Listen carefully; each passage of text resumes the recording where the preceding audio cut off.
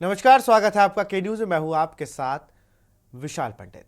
PM Modi ने उत्तराखंड के रुद्रपुर में लोकसभा चुनाव को लेकर रैली करते हुए बड़ी बातें कही। उन्होंने क्या कुछ कहा? मोदी की गारंटी ने उत्तराखंड के घर घर में सुविधा पहुंचाई है, लोगों का स्वाभिमान बढ़ा है। अब तीसरे टर्म में आपका ये बेटा एक बड़ा काम करने जा रहा है। आपको 24 घंटे बिजली मिले, बिजली का बिल 0 हो और बिजली से कमाई भी हो। इसके लिए मोदी ने पीएम सूर्य घर मुफ्त बिजली योजना शुरू की है। और क्या कुछ कहा, आपको ग्राफिक्स के जरिए दिखाते हैं। देवभूमि का आशीर्वाद मेरे लिए बड़ी पूंजी, हमें उत्तराखंड को विकसित बनाने ना है, सबसे आगे लेकर जाना है। केंद्र सरकार उत्तराखंड के विकास के लिए कोई भी कमी नहीं छोड़ रही है।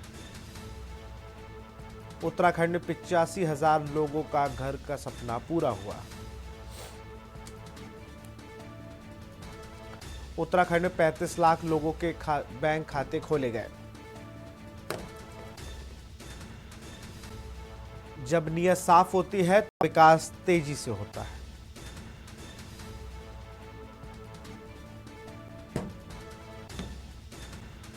देश की तीसरी बड़ी अर्थव्यवस्था बनेगा भारत।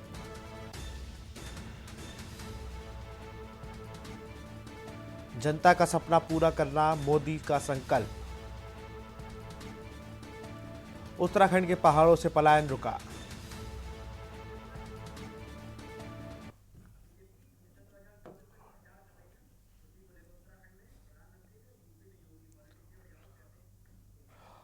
भारतीय जनता पार्टी लोकसभा चुनाव को लेकर धुआंधार प्रचार कर रही है। एक तरफ प्रधानमंत्री मोदी आज उत्तराखंड में थे, तो वहीं उत्तर प्रदेश के सीएम योगी आदित्यनाथ पीलीभीत पहुंचकर सीएम योगी ने कई महत्वपूर्ण बातें कही। साथ ही प्रबुद्ध जन सम्मेलन में कई वर्गों को केंद्र की ओर से पीलीभीत के लिए किए गए सराहनीय कार्यों को भी गिनाया।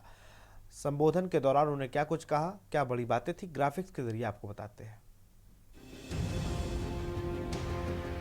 की बड़ी बातें, ये बदलते भारत की तस्वीर है।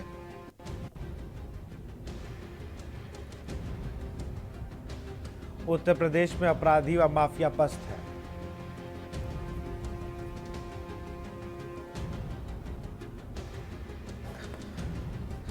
यहां पर कर्फ्यू पूरी तरीके से बंद है। कांवड़ यात्रा धूमधाम से निकलती है।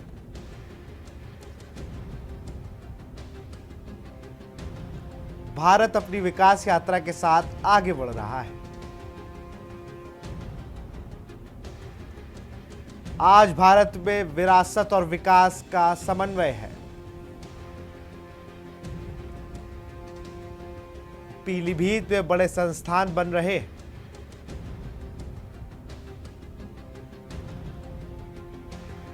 पीलीभीत में मेडिकल कॉलेज बनाया जाना एक सपना था।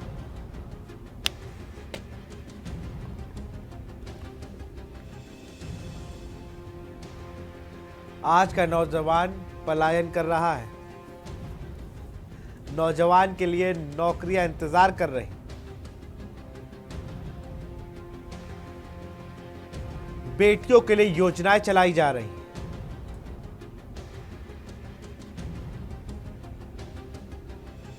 व्यापारी को व्यापारिक कोष से सुरक्षा बीमा दिया गया।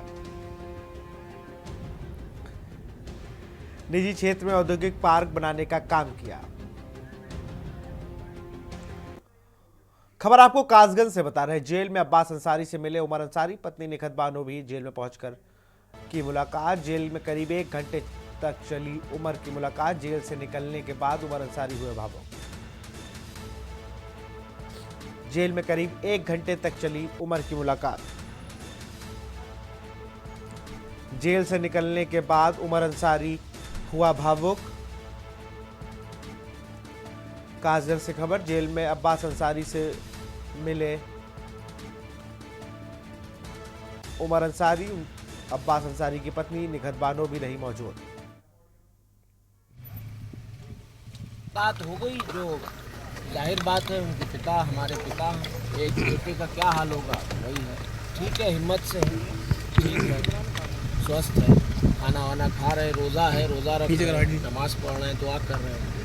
एक पुत्र अपने पिता को कुछ दे नहीं सकता, बस उनकी सेवा कर सकता है, उनके लिए दुआ कर सकता है और सारी उम्र यही करे, वही काफ़ी। पुत्र अपने पिता को। उमर भाई, क्या कहते हैं, आप लोग जो है शुरू से इस पे सवाल उठाते रहे हो लेकर के, इस पे कुछ कहना इस चाहिए? सब के बारे में सब कह चुके हैं। अब ये दस्तूर, ये मौका, ये वक्त नहीं है।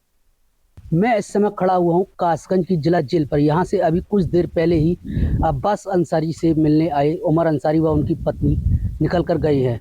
आपको बता दूं, आज कासगंज में जिला जेल में मुख्तार अंसारी से की मौत के बाद अब्बास अंसारी से मिलने पहली बार उमर अंसारी व उनकी पत्नी निखत पानो पहुंची, जहां उन्होंने 1 घंटे लगभग मुलाकात की व उनसे उनका हालचाल जाना। वहीं जेल से बाहर निकलते समय मीडिया कर्मियों के सवाल पर उमर अंसारी ने बताया कि उनका भाई स्वस्थ है, वह रोजे रख रहा है, अपने पिता के लिए दुआएं कर रहा है। साथ ही वह इस समय बोलते समय कुछ भावुक हुए थे। उन्होंने कहा कि अब्बास अंसारी की जमानत के लिए अर्जी लगी हुई है, अल्लाह ने चाहा तो जल्द ही उनकी जमानत हो जाएगी। कासगंज से प्रशांत सोनी, टेनिस इंडिया के लिए। खबर लखनऊ से। हेड कांस्टेबल से पिस्टल लूट का मामला। एसटीएफ की टीम ने 3 लोगों को किया गिरफ्तार। पिस्टल लूट में फरार थे तीनों लोग। जानकीपुरम के मडियाव गांव के रहने वाले हैं आरोपी। एसटीएफ की टीम ने 3 लोगों को किया गिरफ्तार। पिस्टल लूट में फरार थे तीनों लोग।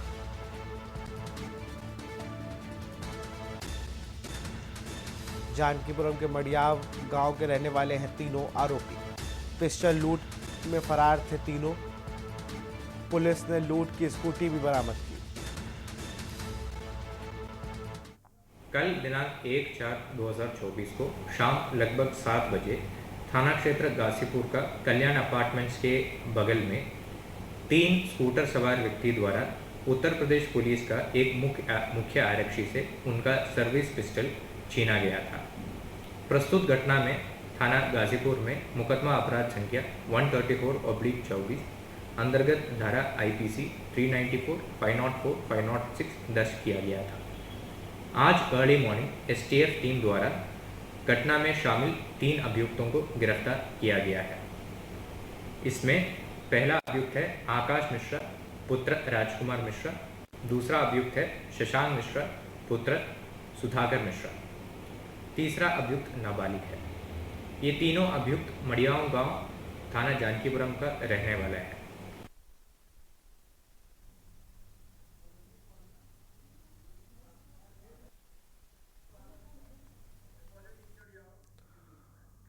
खबर लखनऊ से है, जहां पर आप नेता ने पद से इस्तीफा दिया। अर्ध दुमौली कुमार प्रसाद ने दिया इस्तीफा। आप पद से दिया इस्तीफा। अर्ध दुमौली कुमार प्रसाद ने दिया इस्तीफा।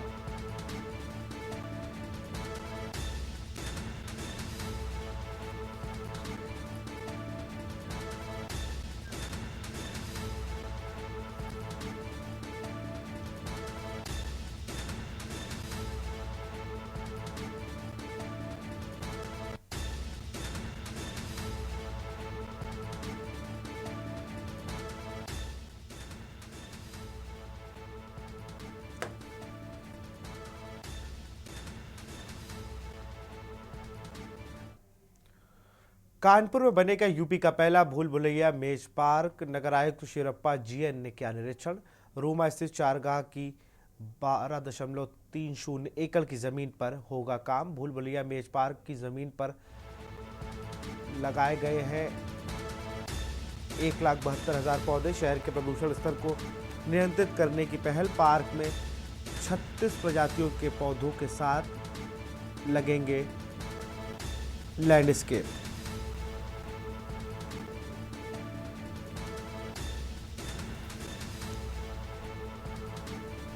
रोमा स्थित चारगाह की जमीन पर बनेगी भूल भुलैया। भूल भुलैया मेज पार्क की जमीन पर लगाए गए हैं 1,72,000 पौधे। शहर के प्रदूषण स्तर को नियंत्रित करने की पहल।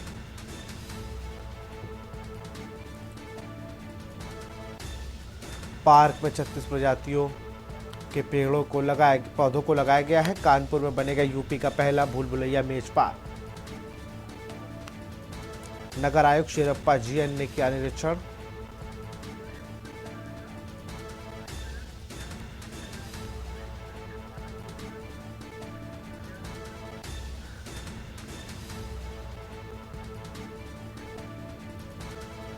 और खबर अब आपको रायबरेली से बता रहे सूत्रों के हवाले से। रायबरेली से बड़ी खबर है, जहां पर प्रियंका गांधी लड़ेंगी रायबरेली से चुनाव। लोकसभा चुनाव रायबरेली में कांग्रेसी नेताओं द्वारा तैयारियां शुरू कर दी गई हैं। कांग्रेस कार्यालय तिलक भवन में चहलकदमी बढ़ी है। कांग्रेसी नेताओं में प्रियंका गांधी के चुनाव लड़ने की सुगबुगाहट है। जल्द ही रायबरेली में प्रत्याशी की होगी घोषणा। बीजेपी ने रायबरेली में प्रत्याशी ही की नहीं की है घोषणा। के न्यूज ने कांग्रेसी नेताओं से बातचीत की है।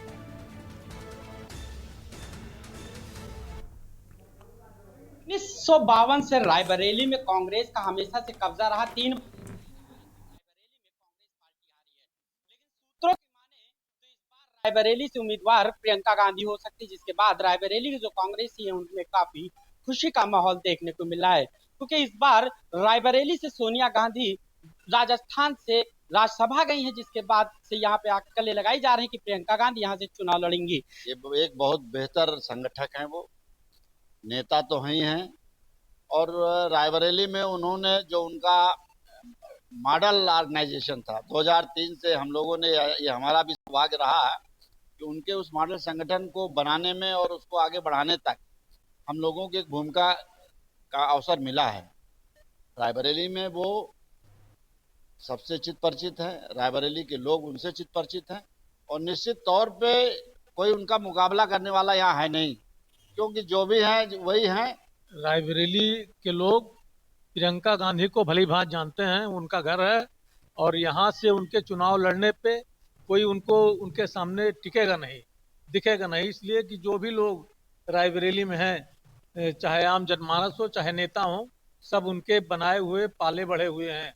अब दो चीज़ें हैं, एक तो जो आपने भारतीय जनता पार्टी की बात किया कि 80 में 80, तो आप 80 से 0 हटा दीजिए, उतनी पा जाएं तो ये समझिए कि उनका भाग्य है बीजेपी का। और दूसरी बात, आपने एक चीज़ सुना होगा, 2 आंकड़े, एक 36 का एक 63 का, तो हमारी जो नेता हैं आदरणीय प्रियंका गांधी जी, उनका और रायबरेली का 63 का आंकड़ा है। देखिए, हम सब पूर्ण रूपेण इस बात को लेकर आश्वस्त थे कि गांधी परिवार ही रायबरेली से चुनाव लड़ेगा। अब इसमें प्रियंका जी का नाम आप मीडिया के माध्यम से पता चल रहा है कि सुनिश्चित होता दिख रहा है, तो हम बहुत बहुत स्वागत करते हैं उनका। विगत 10 वर्षों से सांसद सोनिया गांधी जी के अनुपस्थिति में उन्होंने रायबरेली कांग्रेस और जनवासियों को उनके बतौर सांसद के सहयोगी के रूप में उन्होंने काम किया है। वो एक एक कार्यकर्ता, एक एक हर वर्कर से नाम से परिचित हैं। केशवानंद शुक्ला, के न्यूज, रायबरेली। उत्तर प्रदेश में स्वास्थ्य विभाग ने किस तरह सफलता प्राप्त की है, इसका उदाहरण कानपुर में देखने को मिलता है, जहां एक प्राइवेट हॉस्पिटल में अफ्रीका से आए कस्टम डिपार्टमेंट के जवान का सफल इलाज किया गया। जवान को पिछले 10 वर्षों से कूल्हे की शिकायत थी, जिसकी वजह से वह 1 दशक से चलने को मोहताज हो चुके थे। जी हां, हम बात कर रहे हैं कानपुर के बर्रा स्थित सत्य हॉस्पिटल की, जहाँ के डॉक्टर A.K. अग्रवाल बताते हैं कि उनके पास अफ्रीका देश सिरेरा लियोनी से एक कॉल के माध्यम से कस्टम डिपार्टमेंट के जवान मिस्टर कोम्बा ने अपने कूल्हे के दर्द की पीड़ा बताई, जिसके उपरांत उन्हें मेडिकल प्रशिक्षण के लिए कानपुर बुला लिया गया, जहां जांच की गई तो मिस्टर कोम्बा को ज़रूरत थी कि कूल्हे के प्रत्यारोपण किया जाए, जिसमें उनके द्वारा हामी के बाद प्रत्यारोपण की प्रक्रिया शुरू की गई। इस प्रक्रिया में डॉक्टर अग्रवाल द्वारा डबल सिक्योरिटी रखते हुए नए इंस्ट्रूमेंट व बेस्ट इम्प्लांट के जरिए सफल प्रत्यारोपण किया जाए। अपनी इस सफलता को लेकर डॉक्टर अग्रवाल बताते हैं कि उन्होंने और उनकी टीम की खुशी उस वक्त हुई जब मिस्टर कोम्बा को एक छोटा हुआ बयान पैर फिर से अपनी आकृति में आ गया। इसके साथ ही अपनी सफलता को एक उदाहरण मानते हुए उन्होंने भारत सरकार से एक अपील रखी है कि अगर विदेशों से आने वाले लोग भारत में इलाज कराना चाहते हैं तो उनको वीजा परमिशन में छूट दी जाए। इसके फलस्वरूप भारत में स्वास्थ्य विभाग का रेवेन्यू बढ़ने में सहायता मिलेगी। फॉर्मेलिटी आवश्यक है, जो कि एक लेना टेढ़ा काम है। इसकी आवाज़ बंद कर दो। तो वो मेडिकल वीज़ा की प्रोसेस अगर आसान हो जाए तो बहुत सारे विदेशी मरीज अपने देश में आके कानपुर में आके इलाज करा सकते हैं। तो आपके माध्यम से मैं फिर से भारत सरकार से गुजारिश कर रहा हूं कि मेडिकल वीज़ा देने की प्रोसेस को तेज कर दें, वो हमारे देश के हित में है।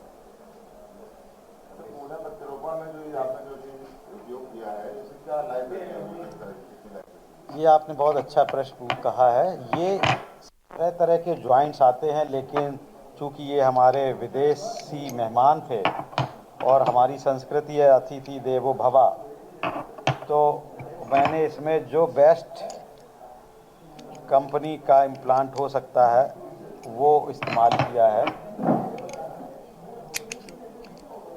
और न केवल बेस्ट कंपनी का किया है बल्कि उसमें भी सिरेमिक ऑन सिरेमिक किया है। उठाना चाहिए, ये देखिए, ये सिरेमिक है ये, और इसके अंदर सिरेमिक है। ये इम्प्लांट अमेरिका में बनता है और इसकी ज़िंदगी 40 वर्ष है। तो ऐसा इम्प्लांट इस्तेमाल किया है जो कि 40 वर्ष तक चले। वो 60 वर्ष के हैं तो इसका मतलब 100 वर्ष तक उन्हें कोई भी परेशानी नहीं होगी। सिरेमिक एक टोटली इनर्ट मटेरियल होता है जिससे अंदर कोई भी रिएक्शन या होने के चांसेस नहीं होते हैं और उसकी लाइफ ज़्यादा अच्छी पीते थे, कहते हैं कि 10-12 बियर डेली पीता था मैं। हालांकि उनके देश में ये बहुत ही सामान्य बात है, आम बात है, तो उसे वो कभी भी गिल्ट भी नहीं समझते थे। तो लेकिन ज़िंदगी उनकी चलना दूभर हो गई थी और दुश्वार हो गई थी, और उन्हें यहाँ आने में 4 महीने लग गए पूरे। पहले तो उन्हें कॉन्फिडेंस आने के बाद उन्हें 4 महीने लगे इन सब फॉर्मेलिटीज़ में। तो इस फॉर्मेलिटीज़ का टाइम आप लोगों के माध्यम से सरकार कम करा सकती है और उससे बहुत सारा रेवेन्यू इंडिया में जनरेट हो सकता है। ये मेरी गुजारिश है, आप लोग हाईलाइट करें। और कानपुर जो कि वैसे ही थोड़ा सा पिछड़ रहा है, नंबर ऑफ फ्लाइट्स बढ़वा दीजिए तो और लोग आने लगेंगे। फिलहाल इस बुलेटिन में तही देखते रहिए के न्यूज़ इंडिया। नमस्कार। आप देख रहे हैं के न्यूज़, खबरों का सारथी।